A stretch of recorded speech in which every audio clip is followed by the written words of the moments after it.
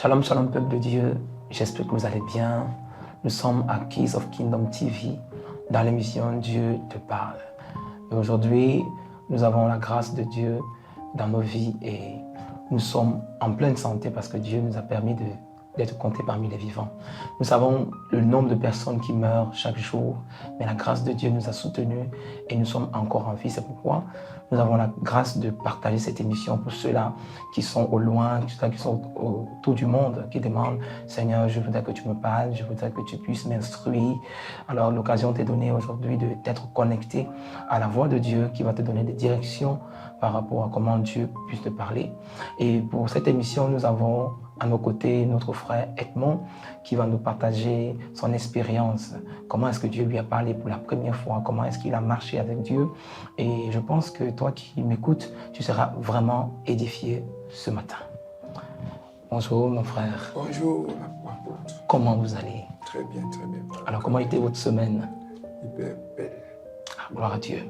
Vous avez eu des expériences avec le Seigneur, comment Dieu vous a parlé, comment Dieu vous a donné des directions, comment Dieu vous a instruit dans certains choix que vous avez posés à Dieu. Est-ce que vous nous en dites plus comment Dieu vous a parlé pour la première fois?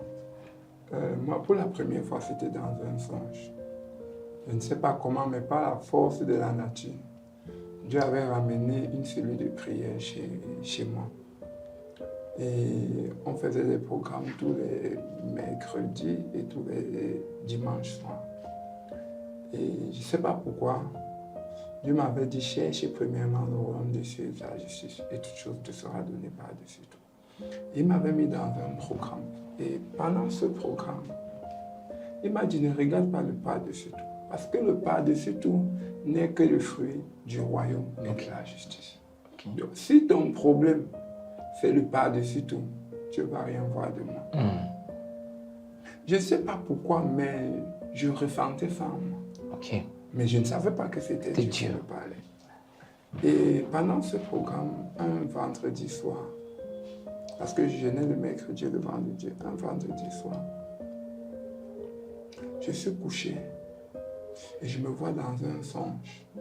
Dans ce songe, je suis arrivé quelque part, j'ai commencé à vomir, j'ai vomi ce jour-là. Dans le songe, j'avais rempli presque un seau de 5 litres, de 10 litres. Wow. Et quand je me réveille, je sens le vomi dans ma bouche. Je sens comment les salives sortent. Et je suis perdu. Je n'arrive pas à comprendre ce qui se passe. J'appelle madame. Je dis, je ne sais pas si je suis normal. Il vient de se passer quelque chose, je ne comprends pas. Il s'est passé. Dimanche, pendant la cellule de prière, pendant qu'on prie, je me remets à vomir. C'est presque le même film. Même scénario, c'est ça? Le même scénario, exactement. Je commence à vomir, je vomis, je vomis, je vomis, je vomis, je vomis, je vomis, je vomis. Ah. J'ai pris le doigt. Puis, quelques semaines après, j'avais rendez-vous avec un ami, également un détracteur. Et le dimanche, on s'était donné rendez-vous au mardi. Le dimanche, je suis couché. Je vois dans un songe 3 personnes. Et parmi les 3 personnes, il y a un qui vient, il me tape à la nuque. Boum! C'est le petit ici qui vous menace. Je suis sauté. Ça c'est quoi? Et mardi, quand je vais au rendez-vous, j'appelle la personne. Oui. Je lui dis, je suis en train d'arriver. Il me dit, ok. Je passe donc chez le papa qui me suivait à l'époque. Pendant qu'on a fait une petite prière, le vent commence à souffler. Puis, pendant que le vent souffle, on ne prend pas garde. On est en train de causer. Et j'entends ce mot au milieu de la roue, pa! Et comme j'entends pas, c'est comme ça que moi je tombe. Je m'évanouis. Le papa là, lui aussi, il est bousculé dans son conteneur. Oui. Et pendant que je suis évanoui, quelques secondes, j'entends une voix qui me dit, ne panique pas. Ce que je t'ai montré dimanche, c'est ça. Seigneur. Puis j'entends les gens dire à côté, amenons-le à l'hôpital, amenons-le à l'hôpital. Que me lève et dit, calmez-vous. J'avais déjà vu ça. Je sais ce qui se passe. Aidez-moi à arriver chez moi. Quand j'arrive à la maison, qu'on allait dire à ma femme que ton mari est mort, avec ce qui s'est passé là-bas, il ne peut pas être vivant. Elle me met là en train de courir pendant qu'elle court. Pap, elle me met là. Elle aussi, elle tombe. On arrive à la maison, je prends les premiers soins et à 19h, je pars voir le papa là. Parce que ce qui s'était passé avec le papa là, c'était du jamais vu. En fait, c'est un papa qui vend les remèdes, il a un petit conteneur comme ça. Oui. Il y a quelqu'un qui est assis à l'entrée du côté gauche. Moi, je suis en face. Il y a quelqu'un qui est à côté de moi. Et lui, il est dans le conteneur en train de fouiller les remèdes. On lui avait passé à commander et chercher les remèdes. Mais quand l'événement s'est produit, il n'y a que lui et moi qui avons eu le choc. Celui qui était à côté de moi s'est levé, il est parti. Celui qui était en face de moi sur la chaise, il s'est levé, il est parti. Lui qui était dans le conteneur, une force l'a bousculé dans le conteneur. Et sa voisine qui revient, elle dit que ce que j'ai vu, c'était le film nigérien. Elle dit, ma maman, tu as vu quoi? Elle dit, elle a vu la toiture se lever, aller à gauche, aller à droite, aller à gauche, aller à droite, s'avancer et frapper au sol. Waouh!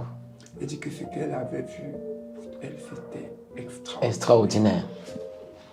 Et c'est comme ça que j'ai commencé à comprendre que Dieu me parlait. Mais pour confirmer que Dieu te parle, c'est qu'il te donne l'argent. Donc, un jour, je vois dans un songe quelqu'un qui vient me demander de l'argent. Je dis que ouais, j'ai toute la volonté, mais je n'ai pas. Il me dit dans 48 heures, je ne veux plus t'entendre dire cela. Et je me lève, je dis à ma femme que le songe que j'ai encore vu, elle dit non, je suis dépassé. De toute façon, non, le soir m'a dit 48 heures. 48 heures, donc j'attends 48 heures pour voir ce que Dieu fait. Vers 11 heures, quelqu'un m'appelle.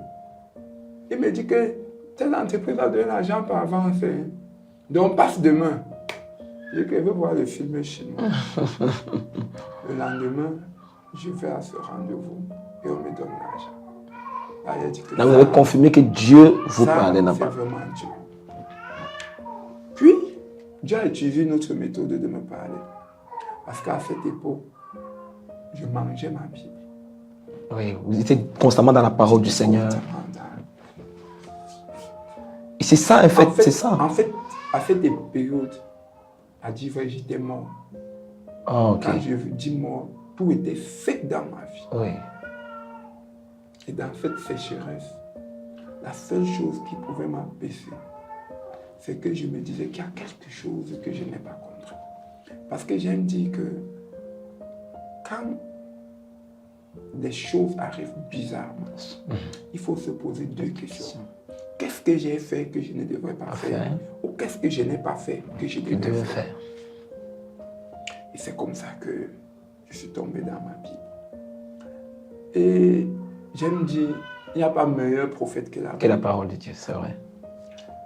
Et c'est comme ça que ma femme a commencé même à s'adonner. Pourquoi? Parce que ce que je lisais dans ma Bible, les 24 heures ne pouvaient pas passer sans que je n'expérimente ça. Waouh, Dieu vous parlait beaucoup par sa parole. Beaucoup par sa parole. Waouh. Il pouvait avoir des situations. Quand la situation arrive, j'entends quelque chose qui me rappelle que cette nuit, tu as lu, cela n'arrivera pas. Cela n'aura pas lieu. Quand madame s'agite à côté de moi, elle lui dit que tu sais quoi? Dieu m'a dit cette nuit, cela n'arrivera pas, cela n'aura pas lieu. Donc, quel que soit ce que tes yeux peuvent voir, moi, ce que mes yeux voient, c'est que cela n'arrivera pas. Wow. Cela n'aura pas lieu. Parce qu'à l'époque, quand je ne connaissais pas Dieu, je connaissais quand même un prêtre exorciste. Okay. Il m'a même dit, Edmond, si tu veux comprendre la Bible, ce n'est pas la lisant. Quand tu finis de lire la Bible, va t'asseoir dans un banc, balade-toi, observe autour de toi. Tu vas comprendre la Bible. Ça, c'est un conseil qu'il m'avait donné Et c'était trop pertinent pour moi. Donc ça faisait que Vous expérimentiez chaque fois la que parole je que lisais vous ma lisez. Bible, Vous la voyez réelle. j'exerçais Ok, oui. ce petit conseil. Ok. Et bizarrement et extraordinairement, je pouvais voir ce que j'ai lu. Et c'était le meilleur Moyen d'expérimenter la Bible d'expérimenter la communication avec Dieu. Il a fallu ces 2 moyens-là. Et c'est après ces 2 moyens-là qu'il a commencé à utiliser d'autres moyens. Mais pour moi, c'était des vindicateurs. Ok. C'était des très grands vindicateurs. C'est comme ça que Dieu parle. Donc, petit moi, il me connaît même. Comme je savais déjà que le Père là me connaît. Je dis que comme tu me connais, non, on va maintenant causer. Je ne sais pas comment on va causer, mais je sais que dorénavant, je vais commencer à te chercher d'une autre dimension. Et par la grâce de Dieu, je suis tombé un jour dans le livre de Job. Dieu parle tantôt d'une façon, tantôt d'une autre. Et je me souvenais, à l'époque, j'avais lu un livre. J'aimais trop ce livre. Je le partageais avec les gens. Je ne sais pas si Neil Donald Walsh était un chrétien, mais il a écrit un livre qui s'appelle Conversation avec Dieu. Avec Dieu. Et dans Conversation avec Dieu, il conclut en disant Dieu nous parle tous les jours, mais on ne l'écoute pas. Et c'est ce que Dieu lui disait dans Conversation avec Dieu. Je vous parle tous les jours. Je ne te parle pas le journal, je ne te parle pas un bouquin, je ne te parle pas un livre, je ne te parle pas un insecte, je ne te parle pas une chaise qui tombe. Est-ce que tu m'écoutes? Et c'est comme ça que j'ai commencé à être maniaque. Donc dans toutes les situations, je me demandais qu'est-ce que Dieu veut dire. Qu'est-ce que Dieu veut dire? Vous étiez comme en alerte. J'étais toujours en alerte. Prêt à écouter la voix de Dieu. C'est ça qui est très important. Oui, oui, c'est ça. C'est ça. Pour moi, il n'y avait plus rien d'anodin. Waouh. Pour moi, je me disais toujours que Dieu peut être en train de me parler. Parler maintenant, là. Oui, donc il faut que je sois à son écoute. Parce que si je ne suis pas à son écoute, je ne vais passer à côté de quelque chose. Ça, c'est vrai, c'est la vérité. Qui était important. Et c'est comme ça que beaucoup d'autres sensibilités se sont développées. Par moments, ils pouvaient me donner une instruction. Et c'est ce que j'aime dire aux gens. Tu ne sauras jamais si Dieu te parle si tu n'expérimentes pas. Et c'est au fur et à mesure que tu vas expérimenter, il y aura des échecs, il y aura des succès. Tu vas décerner du mauvais grain, du bon grain, et tu sauras que ça, c'est une façon que Dieu de me parler. parler. Ça, c'est une autre. Amen. C'est un peu comme ça que j'ai commencé à expérimenter le Seigneur. Le Seigneur. J'ai expérimenté la communication. J'ai commencé à comprendre que... Surtout que j'étais trop sceptique. Ah oui. Honnêtement, même quand j'entrais dans une église. Vous regardiez, vous dites, est-ce que Dieu... Est-ce qu'il parlait comment? Est-ce que c'est possible? Même qu'aux prophéties, je ne croyais pas aux prophéties. Oh. Wow. Il a fallu que Dieu prophétise sur ma propre vie. Pas par l'intermédiaire de quelqu'un, par l'intermédiaire de la Bible. Waouh. La meilleure prophétie, en fait, c'est la parole de Dieu. En fait, Dieu prophétisait beaucoup sur ma vie à travers la Bible. Je me souviens, j'ai fait un songe. Dans ce songe, je voyais, c'était comme pendant l'Antichrist. Et on disait aux gens, avec un gros marteau, avec le clou, tu avais Dieu ou tu es contre Dieu? Tu dis que tu avais Dieu, on met comme ta. Tu avais Dieu contre Dieu. Oui? On met ta. Je dis que c'est encore quelque chose que Dieu est en train de me dire là. Mais Dieu est en train de m'annoncer qu'il y a une épreuve qui arrive. Et comme l'épreuve arrive, tu vas te trouver dans une position où tu auras un choix à faire. Et ce que j'aime avec Dieu, et j'aime le dire, c'est que Dieu, c'est comme une école. Ouais. Chaque fois que tu réussis l'épreuve, tu passes en classe supérieure. Et c'est comme ça que l'épreuve est arrivée. Et quand l'épreuve est arrivée, par la grâce de Dieu, j'avais compris le message. Parce qu'à cette période-là, je venais de perdre. L'épreuve, c'était la perte de mon enfant. Oui. Et vous savez, chez nous, les Mameloukés, quand tu perds l'enfant, on va l'amener au village. On fait beaucoup de rites et de traditions. Et en fait, le songe était en train de me dire, tu dis que tu m'aimes, non? Bientôt, tu auras à me choisir. Soit moi, soit tu vas aller faire les rites. Ok. Et j'ai pris la décision que je n'irai pas faire ces rites. Et parce que j'avais pris la décision que je n'irai pas faire ces rites, dans la nuit, Dieu me réveille le matin. Et pendant que je vais dire à ma femme que j'ai fait un songe, sa petite soeur appelle. Sa petite soeur dit, oh, je viens de voir dans un songe, tu vas accoucher un autre garçon, il sera comme ça, il sera. La description exact qu'elle donnait, c'était le même enfant que j'avais vu. C'était le même songe que j'avais vu. Et je savais. Parce que Dieu vous avait déjà montré ça en avance. En avance. Et je savais que ça, c'est Dieu qui avait parlé. Par Dieu. Et c'est comme ça que Dieu... j'ai commencé à développer d'autres sens. Mais ce qui m'a intrigué, ça je parle de par mon expérience, c'est que j'ai compris que Dieu est également comme un père qui chaque fois que tu traverses une étape, il te donne un bulletin. Ouais. Parce que j'aime prendre le cas de cet enfant. Parce que ce que j'avais retenu, c'est qu'après cela, il m'a dit, quand il m'a montré l'enfant, il m'a dit, c'était ton cadeau. Parce que moi, mes songes sont particuliers. La particularité avec mes songes, c'est que je peux voir une scène. Et dans la scène, je m'interroge. Oui. Et dans le songe, on va me donner le résumé, on va me donner le message de ce songe. Donc, par moment, c'est vrai, par moment, j'aurais besoin d'interpréter. Mais par moment, tu vas me demander même c'était quoi le songe, je ne peux pas te rappeler. Mais je vais te dire que voilà le message qui sortait de ce songe. Oh Dieu. Donc, c'est une image accompagnée d'un message. Je prends l'exemple, le songe dont je parlais tout à l'heure. On m'avait dit, d'ici 24 heures. Si on ne m'avait pas dit d'ici 24 heures, d'ici 48 heures, si on ne m'avait pas dit d'ici 48 heures, je n'allais pas comprendre exactement. Oui. J'allais voir ça allait arriver et j'allais me dire que j'ai eu la chance cette fois-ci. Donc ça, c'est des façons que Dieu utilise pour parler. Alors, c'est très fort parce que voilà, notre frère Edmond nous explique des choses très fortes parce que Dieu nous parle vraiment différemment. Et dans son cas, Dieu lui parle des songes, Dieu lui parle pas des visions, pas des insectes, pas beaucoup de choses. Et Dieu lui a fait grâce de comprendre au fond ce que Dieu veut dire dans ces énigmes-là. Et vraiment, c'est une expérience assez particulière qu'il a avec le Seigneur.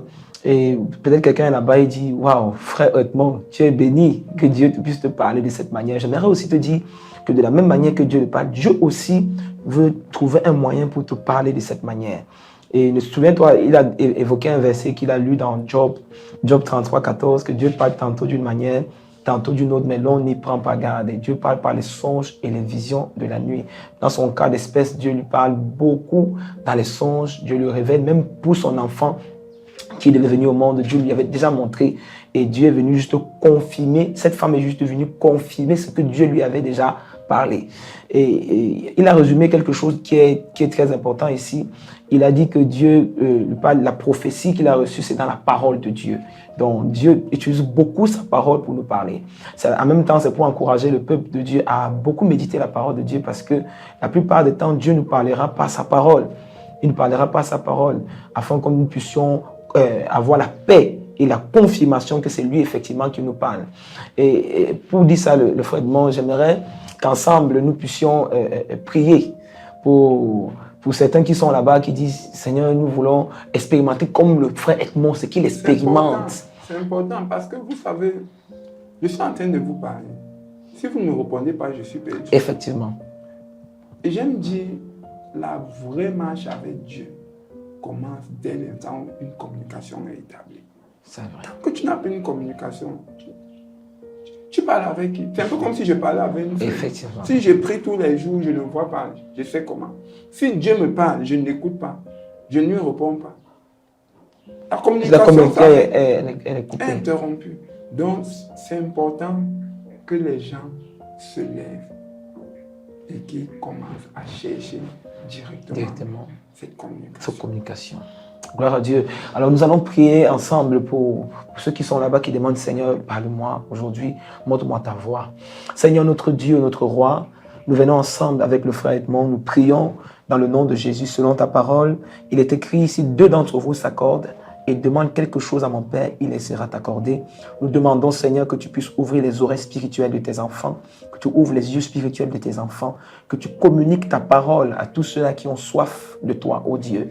Souviens-toi de ta parole lorsque tu as dit que vous me chercherez et vous me trouverez si vous me cherchez de tout votre cœur. Nous souperons après toi, ô Dieu. Montre-nous ta voix et fais-nous comprendre tes sentiers.